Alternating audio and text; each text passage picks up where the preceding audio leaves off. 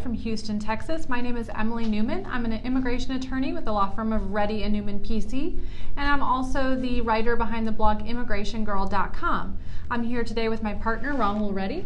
My name is Rahul Reddy. I'm an immigration lawyer. I've been practicing immigration law from 1995. We established our Reddy Neumann PC in 1997. We're in business for 21 years. We do mostly business immigration. We will try to address as many questions as possible that we get on live questions, but if you want to have a private consultation, you can always visit www.rnlawgroup.com. You can make a consultation appointment with either me, Emily, or any of our 14 lawyers in our office. Emily, what's going on in the Congress? And all people are, they're all waiting for the green card, and it's been a long time that they're waiting for. There are projections that unless something changes, it's going to be 150 years. And Trump made some statements with regards to the way the green card wait period. He's not happy with it. There are some bills in Congress that seems to be taking the current time of waiting for Indian nationals to less than 3 years in getting the green card. What do you think of the prospects of the immigration? Well, unfortunately, I think it's much ado about nothing right now because there's no bipartisan effort going on. Anything that Trump wants and the Republicans are trying to give, the Democrats are against. Anything the Democrats want, the Republicans say Trump won't go for it, so they're not even going to try. So it's pretty much at a stalemate right now, which we've seen time and time again. I don't know if anything will go anywhere right now. Yeah, for the legislation to get passed, we need the House of Representatives and also the Senate to pass. Right now, Trump administration trying to put more efforts in the House of Representatives just to make a point to the people of his people that he has done something, and then the Congress is acting. But it doesn't look like the Senate is moving any forward on these legislations. So the possibility that anything could happen in the next 6 months to about 1 year looks to be very, very unlikely. Emily, now the main question that comes up is that in the H1B, the Trump administration, when they came in, they started restricting it. What do you see the future of H1B? Well, I don't think it's going to get any easier, just from the way that they're adjudicating current applications. Certainly more documentation is required, more detail than ever before. We're seeing second RFEs like never before. And we know from the agenda of the Department of Homeland Security that they're planning more regulations to tighten things up even more. So we're expecting in the fall a proposal that will change the definition of specialty occupation. Probably not going to make it easier, I would assume. And so I think that it's going to continue to be difficult to get approvals from USCIS. It's going to be continuing to be difficult to get the visa approved at the consulate. Emily, you have notified to the audiences that in June the USCIS is going to come with the proposed regulations on the H4 EAD. Right now it's July 3rd. Anything going on that? Yeah, still nothing submitted to the OMB yet. I will say that OMB has had some activity over the last couple of days where they've cleared out some of the things that have been under their review from Homeland Security and added a few new proposals that are about to be published, but nothing related to the H4 EAD. So at this point, I would be surprised if it might be August at the earliest before we even see a proposal.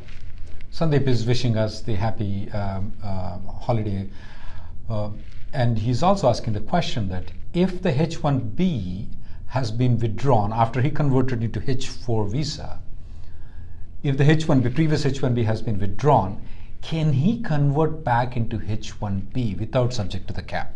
Yeah, once you've entered H1B status and been counted against the cap, you get that 6 years no matter what. So if you only used 3 years, then you converted to H4. Even if that H1B was withdrawn, you can still convert back and use the remainder of your 6 years.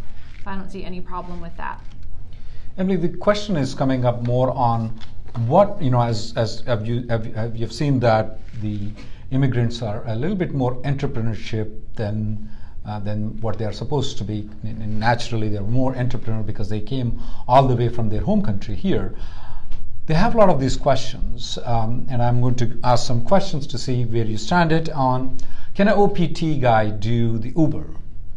Definitely not. So OPT is only meant for work that is related to the field of study, and it's meant to continue your studies for your master's or bachelor's program. So definitely not. Uber is considered unauthorized employment. Emily, Uber is more working, but what are Airbnb if the person is on a non-immigrant visa and if he is just leasing out his home? Is that considered working? Yeah, I think it could be. Even if you're just leasing it out, you know, it's a little bit different from just being an owner versus being an owner and doing a business of renting out your home. Now you're taking care of leases, you're taking care of maintenance, you're the one that's responsible for all these things. It's not just a matter of, oh, I bought this home and now I'm going to get money from people who are willing to lease it from me. So I would be cautious in that, especially now that we have the interview requirement for green card applications, where they very well may ask to see tax returns, and they might get confused if they see a 1099 or something, some other kind of income showing up that does not match the name of the H-1B employer. But however, I have to tell that to the audience is that if you own any stock plans where you invest in the maybe Tesla stock or something like that, and then you make money on it, I don't see that as a problem at all, absolutely, because you're not actually working for Tesla, you're just, or any other company, you're just buying the stock and selling it. It's not considered, you're fine. If you're not actively involved in the management of the company, we don't see that it's a problem. It's only when you are actively involved in the company that becomes a problem. So if you own a stock in Microsoft, Google, or something like that, you sell it and you make money and you pay taxes, you're good. However, there are some issues, but if you own a restaurant, if you own some small businesses where you are actively involved in that, that might be a problem. Particularly for those people who are on the H1B and also for those people who are on the F1. Now, Emily, H4 EAD is quite different than that of H1B. If the H4 EAD person owns the company and runs the company, is it a problem? Right. So for H4 EAD, it is different because it's not tied to, there's no specific requirement that the work be in a certain field like an F1 OPT, and there's no requirement that it be tied to a specific employer or a type of business. So absolutely an H4 EAD could start a business, own a business, rent out a home, pretty much anything that might be considered work or employment can be done by an H4 EAD, where it cannot be done by an H1B or F1 OPT holder. That's right. So H4 EADs can do anything. They can own, they can run the business, they can be a cook, they can be running the restaurant, but not the H1B or OPT. Some questions here, Emily. The question Anu is asking, can Freedom of Information, which is also called as FOIA, to get the I-140, can it be filed online?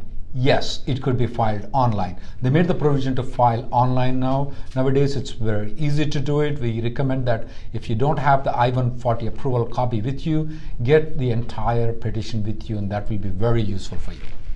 All right, Shiv has a question about going to school while you're on H1. So typically we talk about people on F1 working towards their master's degree. What if you're on H1? Can you be studying towards your master's degree? Yes, you actually can do that as long as you're maintaining your H1 status. So if your H1B requires you to work full-time in a certain location for a certain position, and you're following all of those guidelines, you could take night classes and work towards getting a master's degree without ever converting to F1 status. The main issue is you have to be continuing to properly maintain your H1 status, and whatever studies you do, they're on the side.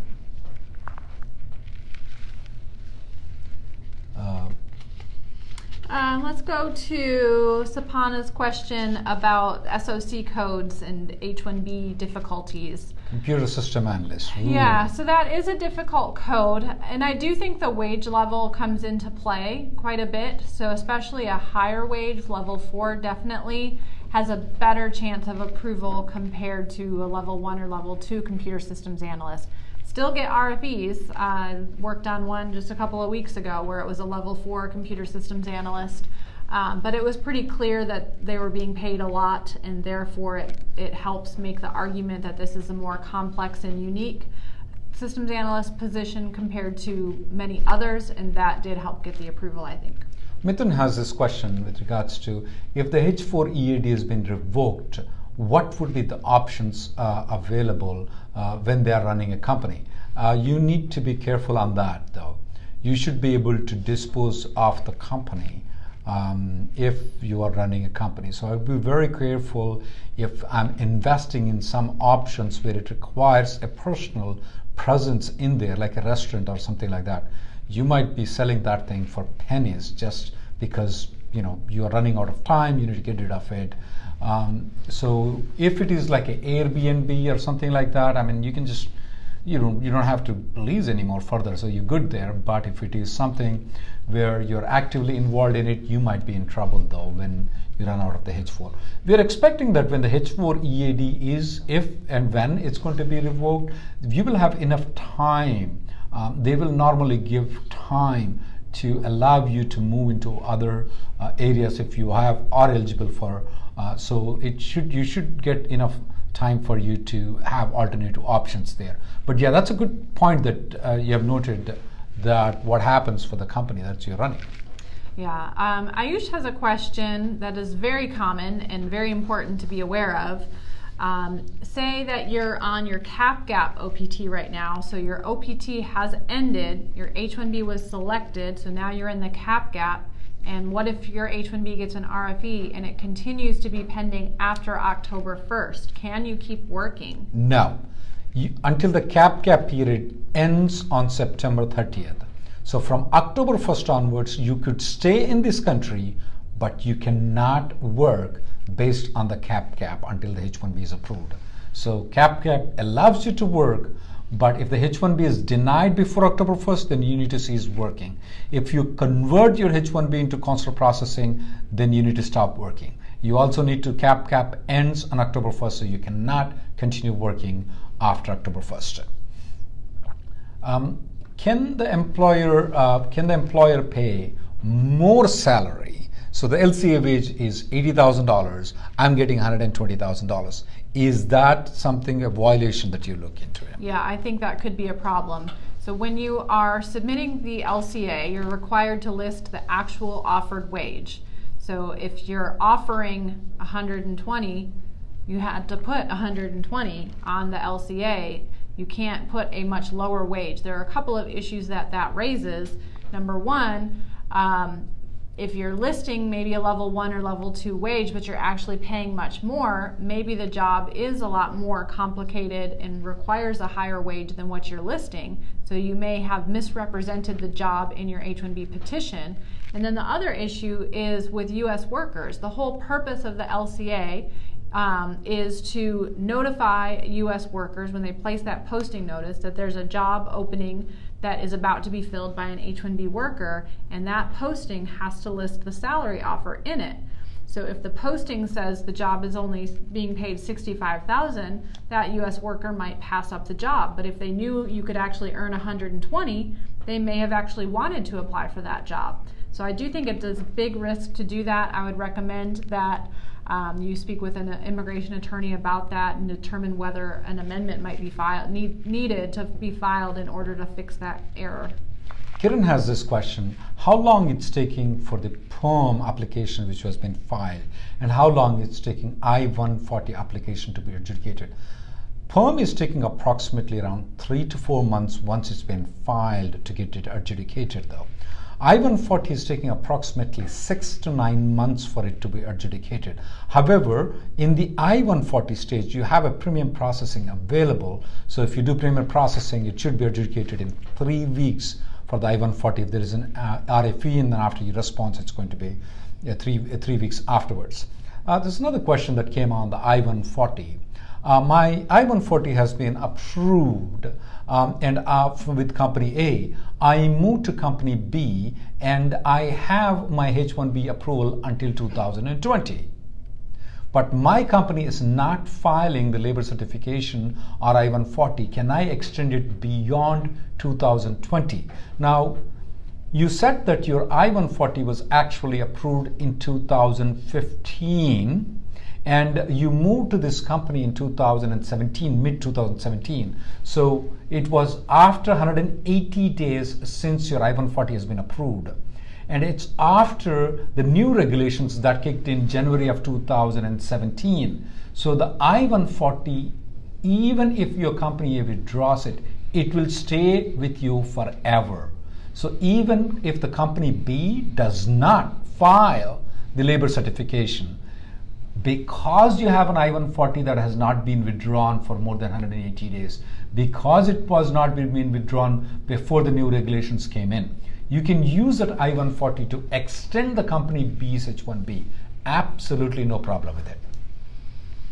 All right, Sumant has a hot topic question about finishing up all 3 years of OPT. So he's graduated, got the OPT, got the STEM extension, didn't get selected in the lottery. So his plan is to re-enroll in school at the same degree level and start working pursuant to CPT. Do you see any problems with that? Absolutely, a lot of problems with those things. We at Reddy Neumann PC think so that if a CPT has been granted on the day one, that's a number one big no-no. Normally CPTs are granted to students who are going to school. They normally get it after the first year of their education. We see that some of these schools are granting just like immediately. There's also the interpretation of the USCIS that if you have used up the 1 year of OPT at a certain degree level, let's say master's degree, you got an OPT, now you are joining back the school and you're getting the CPT, they think it's a clear violation. We also noticed that, Emily, that the CPT places where they gave a day one CPTs, I mean, they're not even conducting any classes. They're conducting once in a month, and some of the universities are conducting once in a semester. And the purpose seems to be that these people are going to the colleges not to go to college, but to actually get the CPT. That doesn't look to be that it's the purpose for which the student visa has been created. That is not the purpose for which the CPT has been created. It's definitely a violation. Now, we do see that some of the law students that work in our office, including Emily, when she was in the first year law school back in 2003, she used to work after she gets her first year of law school. She worked in the law office. She was a US citizen, but still, she worked to enhance the degree that she's already studying in. It is required for a lot of law students to go and work in law offices. There's nothing wrong in it. So if the purpose of the CPT is to enhance what they are studying, that makes sense. But if you're enrolled in the OPT, you completed the 1 year, then you're doing the same level of degree and you're not even going to school, it doesn't look legal at all for me at all. And we have noticed that USCIS is asking a lot of questions right now on that, Emily, and also in relation to the CPT. And this August 9th memo, which is becoming effective on August 9th memo. Can you explain more what this memo is and how this CPT might get into trouble for those August 9th memo? Right. So for example, we have filed an H1B petition for someone who used this day one CPT. Right now we have a request for evidence asking the student to prove that they maintained their F1 status, that the CPT was properly authorized. As of right now, what typically would happen if USCIS determines that the CPT was not properly authorized, which happens quite often in these cases, they will deny the change of status from F1 to H1, and at the same time, they'll determine in that denial that from that day going forward, the person is no longer in F1 status and is now accruing unlawful presence. It starts from that day of the decision going forward. That's the current law. What this new memo wants to do is take that same decision, and now they're going to say the unlawful presence doesn't begin from today, it begins from the day you started CPT, which could be a year ago. So that means from all this time you've been doing the CPT, you didn't know it, but you were potentially unlawfully present, And once you get that denial of the change of status from F1 to H1, and they determine you've been unlawfully present for the past year, there's no going back at that point. Once you've been unlawfully present for over 180 days, if you go to leave the country in order to apply for the visa, you're going to be barred for 3 years. If you cross 365 days, it's a 10-year bar, and there are very limited ways in which you can get a waiver of those bars. So this could be a very big deal that right now might not sound so bad. Okay, my change of status will just be denied. I'll go get the H1 visa stamped and come back. That's how it is right now. But once this memo comes in, if they start determining unlawful presence has accrued for more than 180 days and then you leave to get the visa stamp, you won't be coming back. We at Reddy Neumann PC are warning the audiences here right now that if you are on a if you're planning to contemplating and getting a CPT after you completed your master's degree and you're going for the second master's degree, we advise you not to, because you're going to have a long-term negative effect by doing so. All right, we have a question on the H4 EAD who was selected in the lottery for the H1B. Mm-hmm.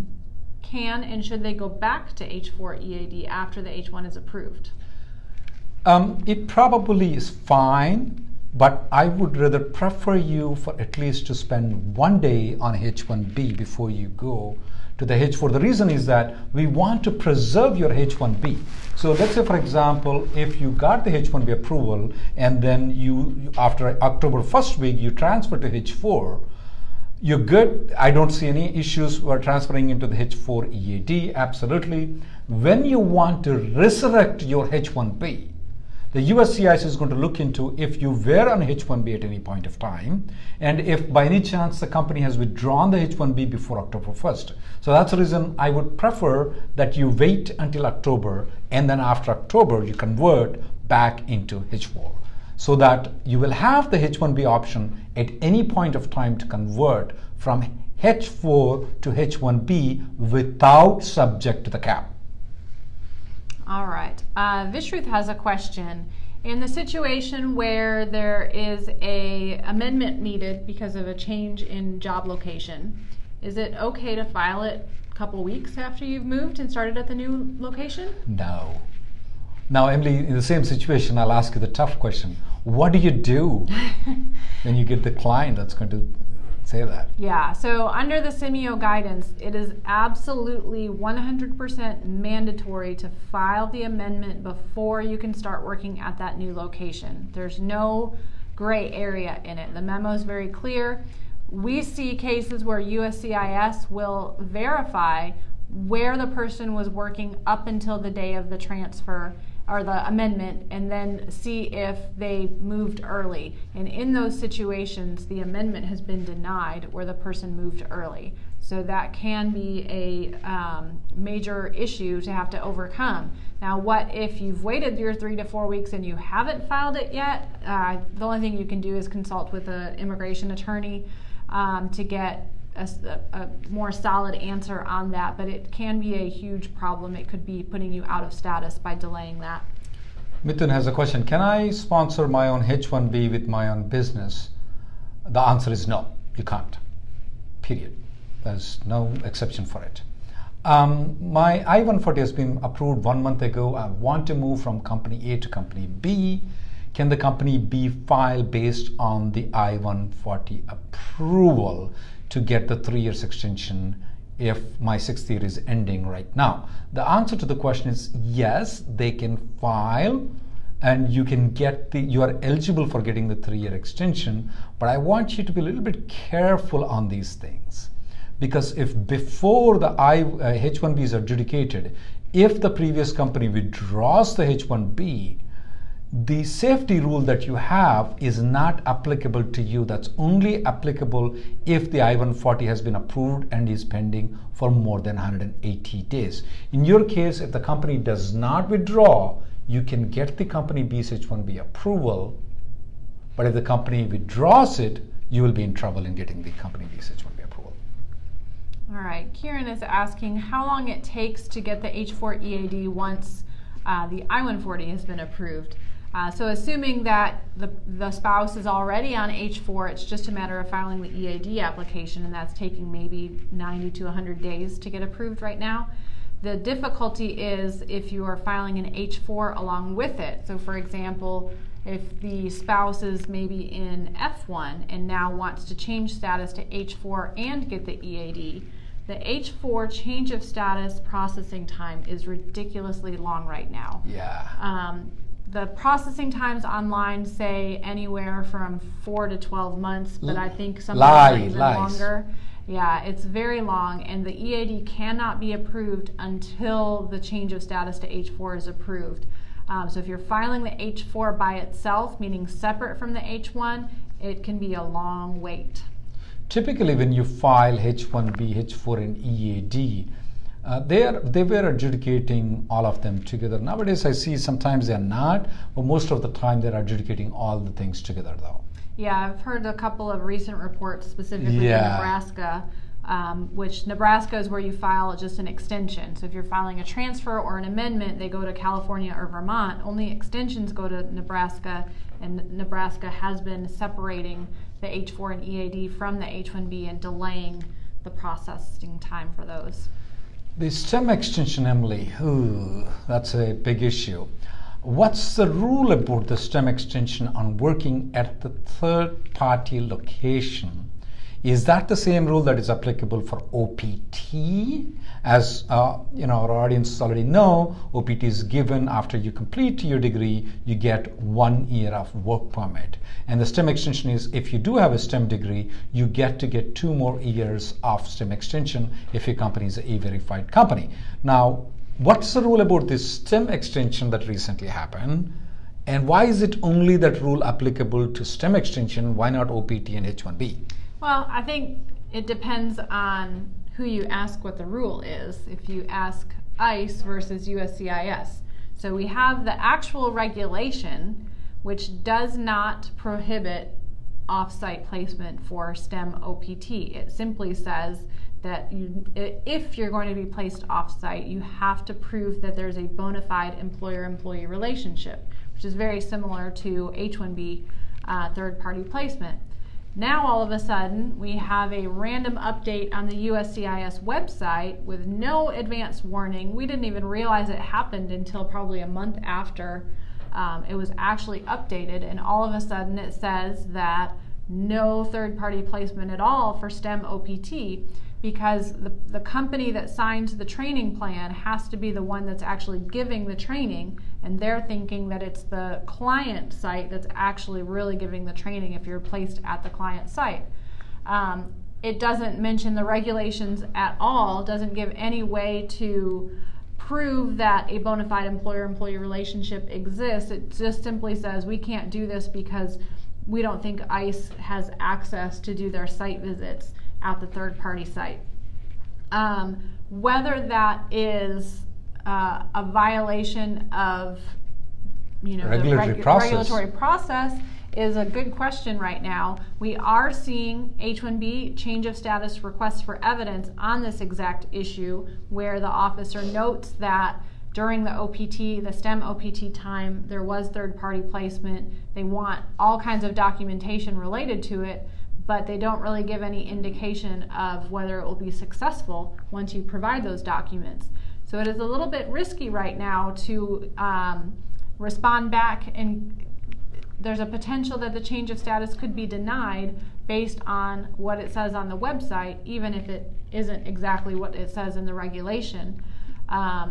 Some people are considering converting to consular processing rather than risking it, because again, we have the August 9th memo coming in. We don't want to get into a situation where USCIS determines that because you were placed at another site, that you've been out of status since the day one of that placement and you've been unlawfully present that whole time.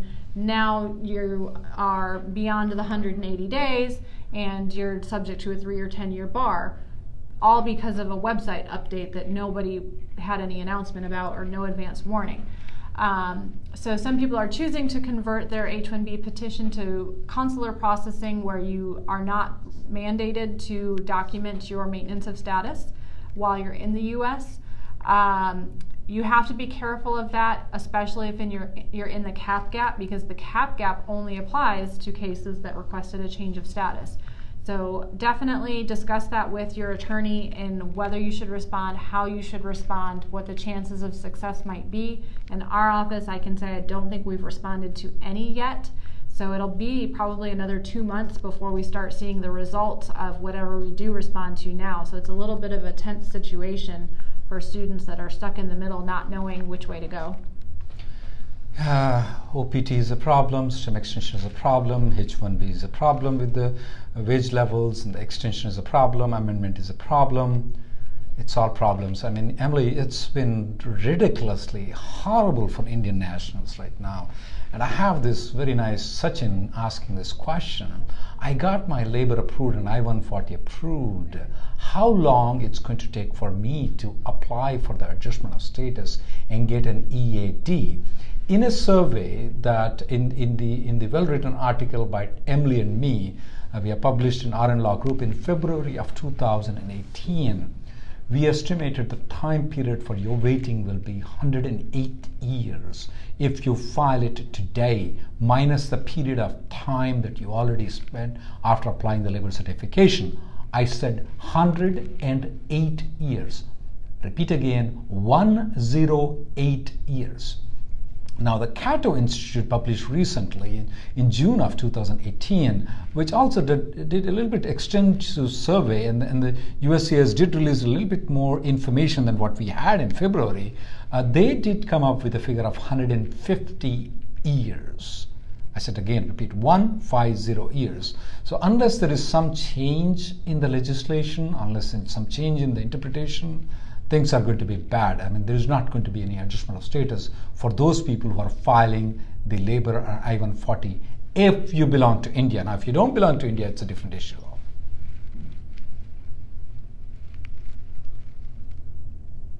Is it possible to file a H1B extension with a different SOC code than what was used for the I-140? Yeah, so you have to keep in mind that the H1B is a temporary position that you hold right now. The labor certification is for the permanent position that you'll move into at the time you receive your green card.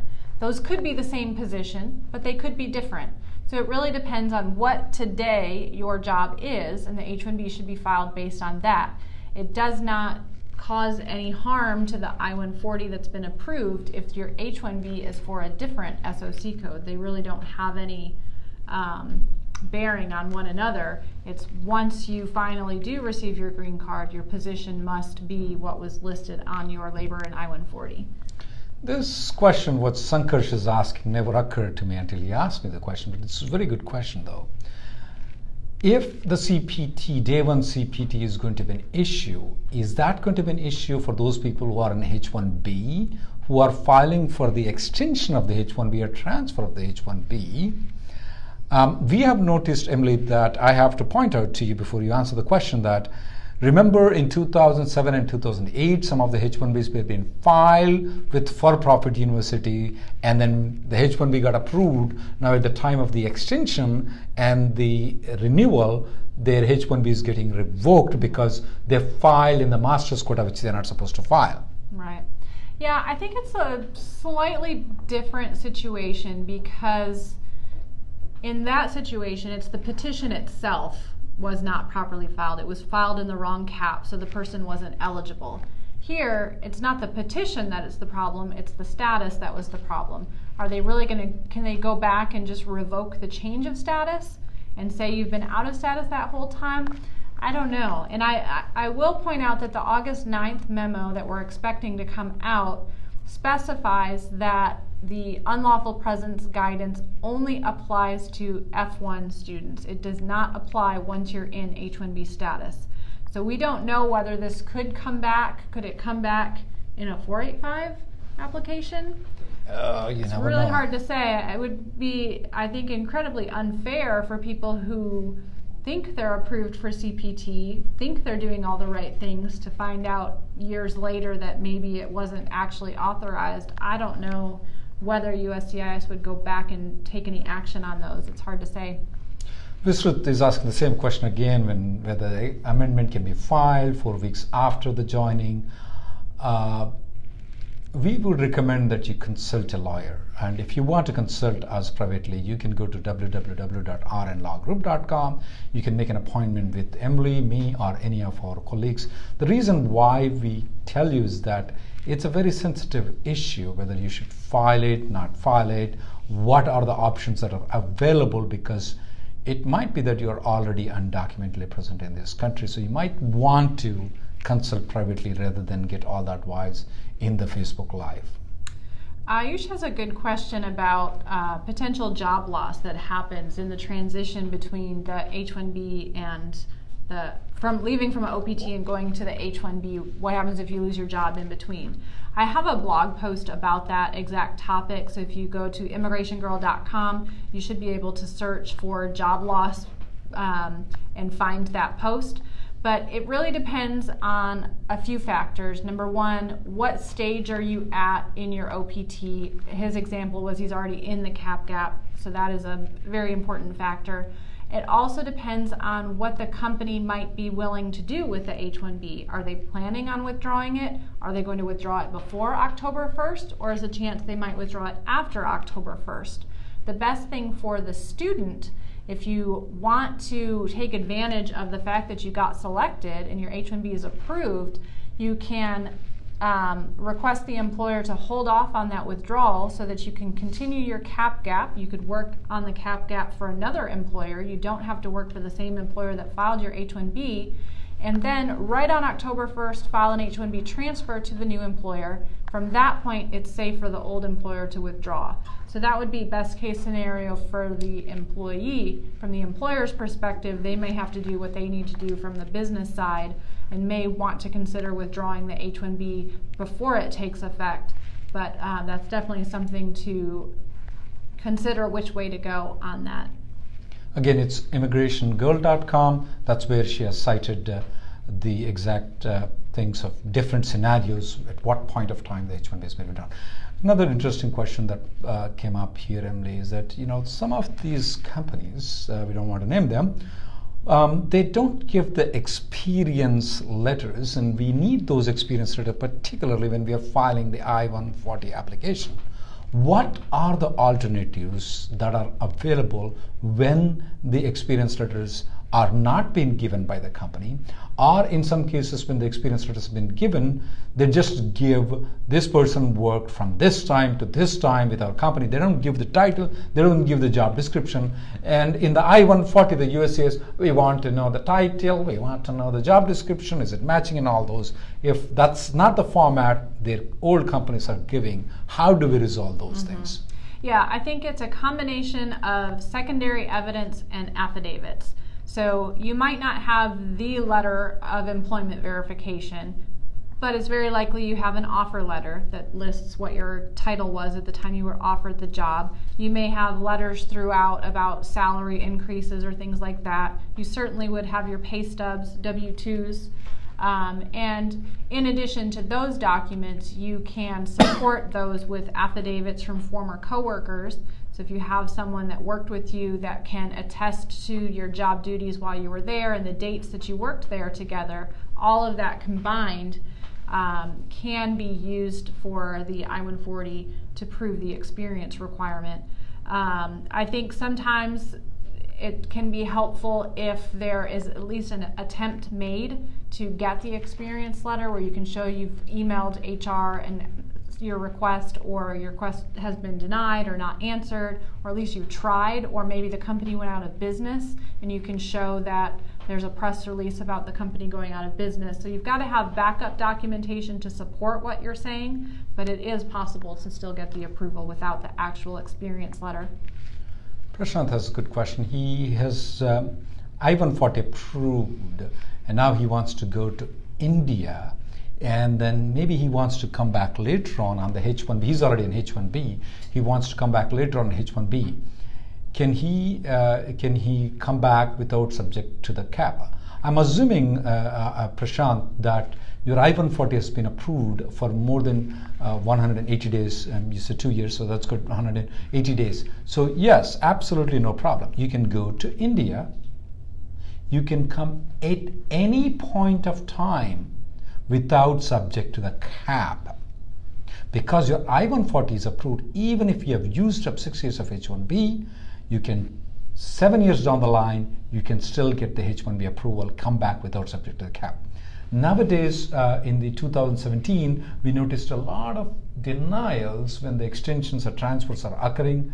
We've seen a lot of people going to India and getting stuck there. So yes, for all those situations, if the I-140 is approved, you can use that to come back into the United States at any point of time on the H1B. And then you can even port that to any different employer after you come back into the United States. Right, so the H1, when they come back on H1, it can be with a different employer. That's right, good point. It doesn't have to be with the same employer. It doesn't have to be with the same I-140 employer either. It could be a different employer too. Anything else, Emily? MCA background. Is any rejection going from? MCA is a Master's in Computers application. I would say it's comparatively safe degree, but I mean the denials are just going up significantly. I wouldn't say that MCA has any disadvantage at this point of time though. Their specialty occupation is under attack right now, but as such MCA is, I don't see that it's any minus point. Yeah, one thing I want to point out, and I wrote a post about it last week, was the USCIS Ombudsman teleconference about the H1B Lottery, where for the first time they gave us the numbers of the breakdown between master's filing and regular cap filing for every year going back to 2014, which we never had before. They also let us know how many petitions were returned as not selected in each of those categories for each year. But even on top of that, they let us know how they determine. We already knew that they select more than 85,000 petitions because their goal is to end up with 85,000 approvals at the end of the whole thing for the year. So the only way to do that is to select extra, knowing that a certain number ultimately get denied, withdrawn, revoked. So they want 85,000 at the end. We knew last year what that target number was.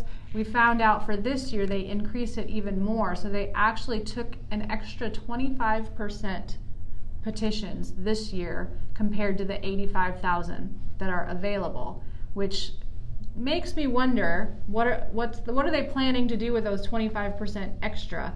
Are they're expecting that many with denials this year? Yes. That's a little. So it's going to be more denials than last year.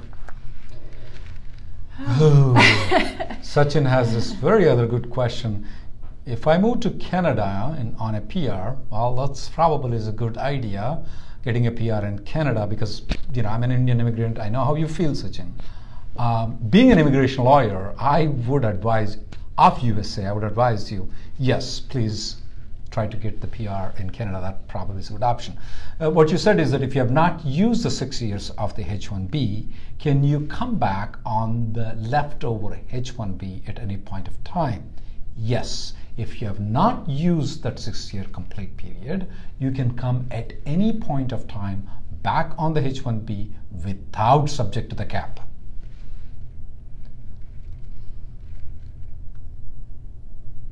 Any other questions, Emily? I think that's about it for today. Thank you guys again for coming in live. Also, we request you that if we could not answer any of you guys, we have a daily conference call that you can log in. You can look at that at rnlawgroup.com. Of course, there won't be any conference call tomorrow. There'll be next week, July 10th, we have live. You can also make appointment with either me, Emily, or any of our 14 lawyers in Reddy Neumann PC at rnlawgroup.com. Thank you guys for coming. Thanks for joining. Thank you.